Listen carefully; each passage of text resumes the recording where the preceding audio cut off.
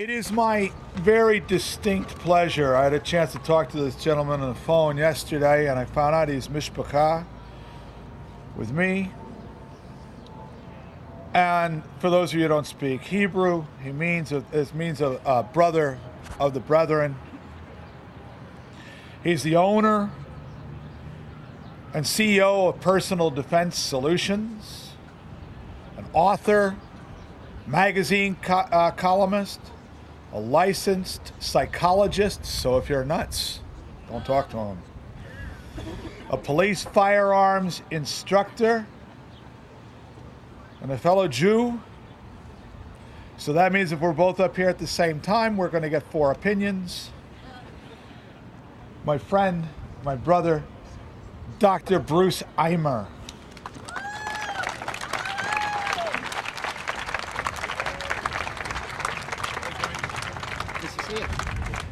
You got a screw loose, just call Dr. Bruce. 1-800-I-AM-NUTS. Okay, so it's a pleasure to be here. I was really, really pleased that I was invited to add my 2 cents. So hopefully I can add at least 2 cents, if not a few more. What I want to talk about is a few things. First of all, I want to talk about the fact that as a clinical psychologist and as a human being, I believe that the first law of nature is self-preservation. So the first order of business in life is to keep safe from harm. And those people who fail at this, well, they're not going to pass their gene pool on. So it's natural for people to want to feel safe, right? Everybody wants to feel safe. But lots of people delude themselves into thinking that they're safe when they're not. You know, it's not going to happen to me. I don't need a gun. 7 rounds is enough in my magazine. Just let the government protect me. Well, the fact is that in order to legitimately feel safe, it's better to be safe. And in order to be safe, you got to keep safe. And that's what the Second Amendment is all about. It's not about hunting. It's not about shooting Bambi, as lots of liberals are prone to say. It's about keeping safe, keeping yourself safe, taking responsibility for your own safety and the safety of your loved ones, those under the mantle of your protection. You know, the first 10 amendments of the Bill of Rights were passed by both the Senate and the House of Representatives of the United States of America. The First Amendment, and that goes back a long time.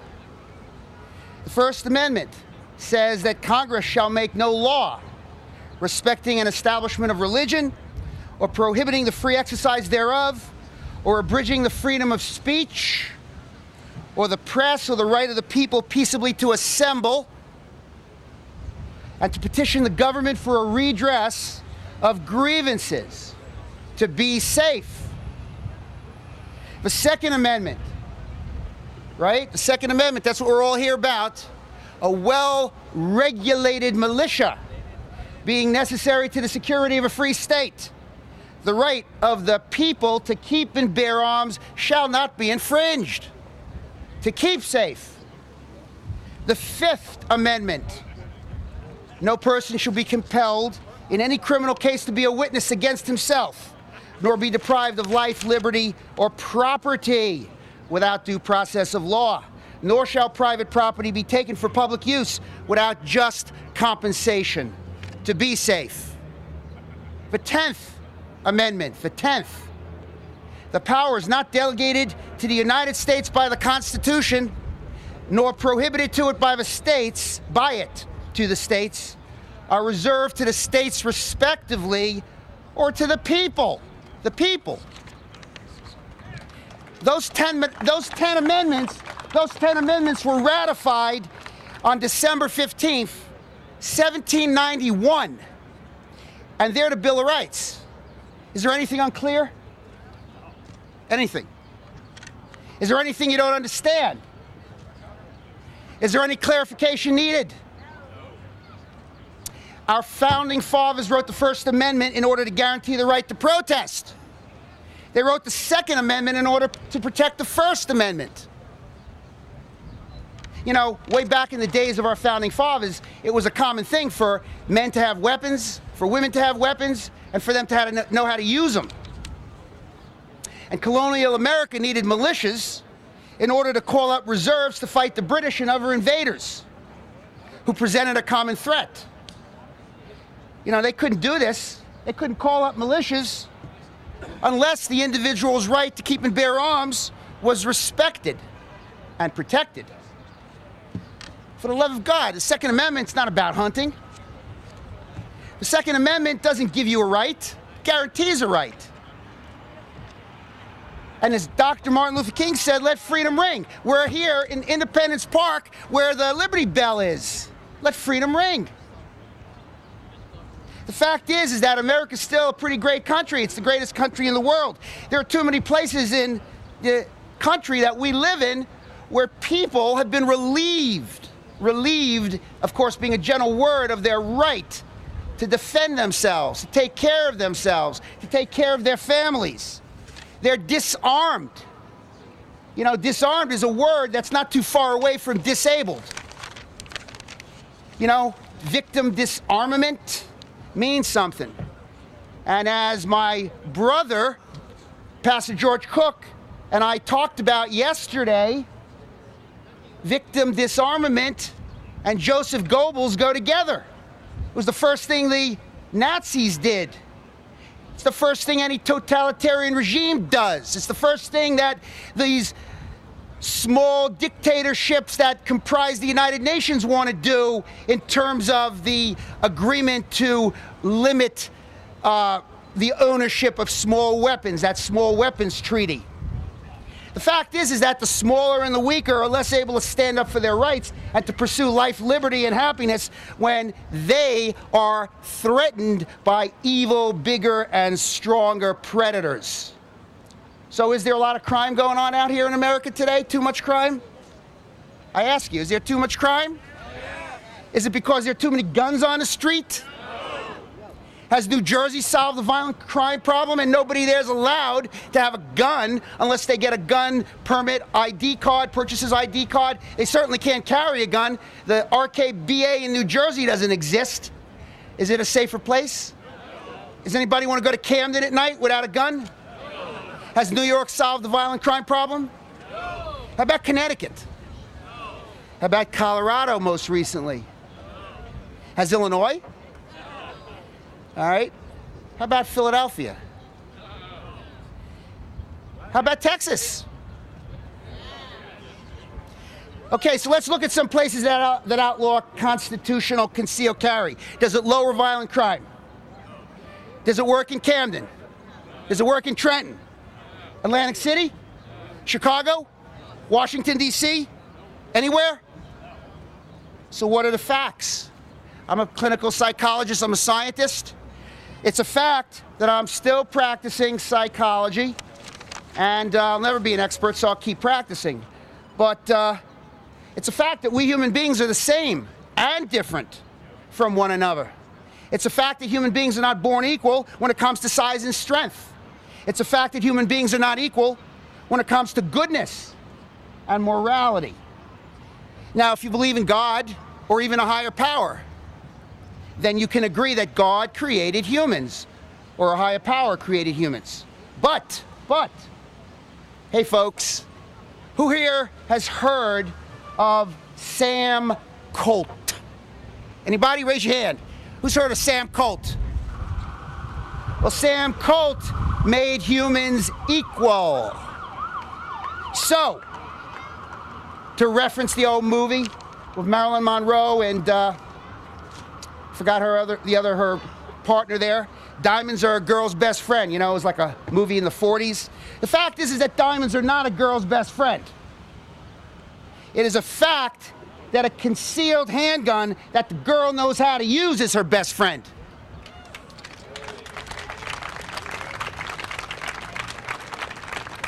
It is a fact that those in political office who would limit the number of rounds that legally armed citizens can carry in their firearm would limit that girl's ability to defend herself against a 280-pound predator that's pumped up on adrenaline and drugs.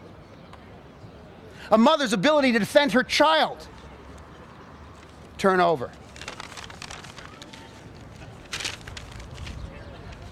Who, I ask, should have the right to use deadly force to limit that mother's, that girl's ability to stay alive? Who? The government? The federal government? The state government?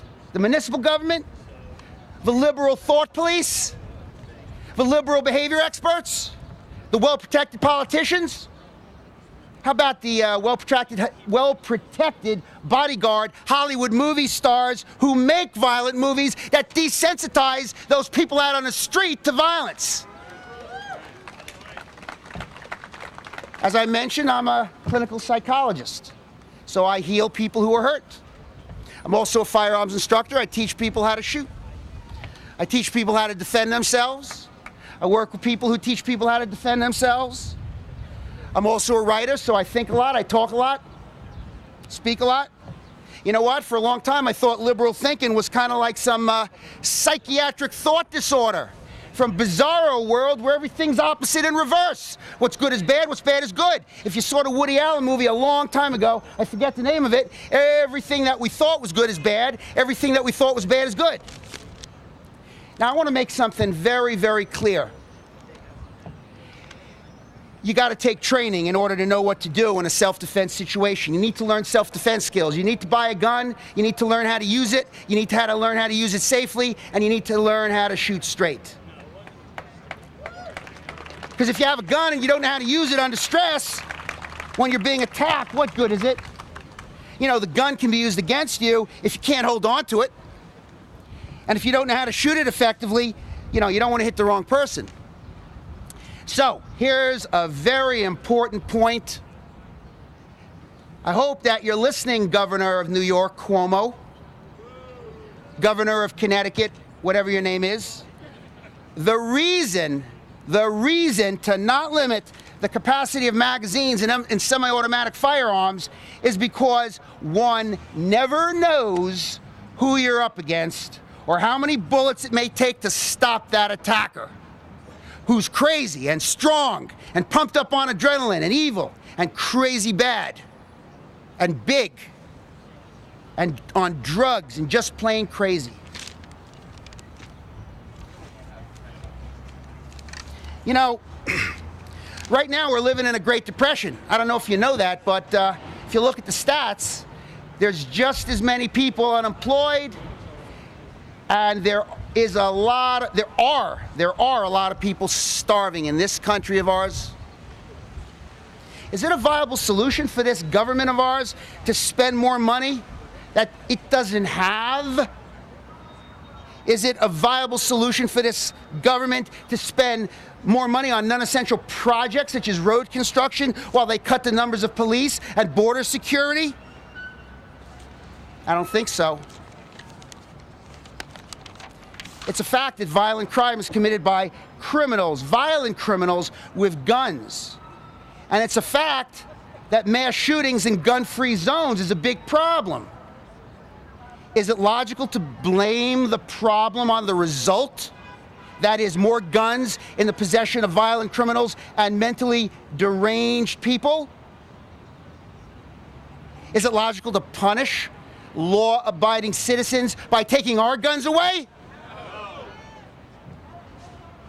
It is a fact that we have fewer crime fighters. They just dissolved the police force in Camden, New Jersey. We have more gridlock on the roads, more gridlock on the highways, and we have more gridlock in Washington, D.C. We have more law-abiding citizens with less ability to keep safe right now. 7-round magazines. Because in the wake of the Sandy Hook atrocity, several states passed more gun laws. That's right. Right? And it's a fact that our government is doing everything that it can to build more dependence on government. Fewer police on the street, more gun crime. You know, things don't make sense anymore.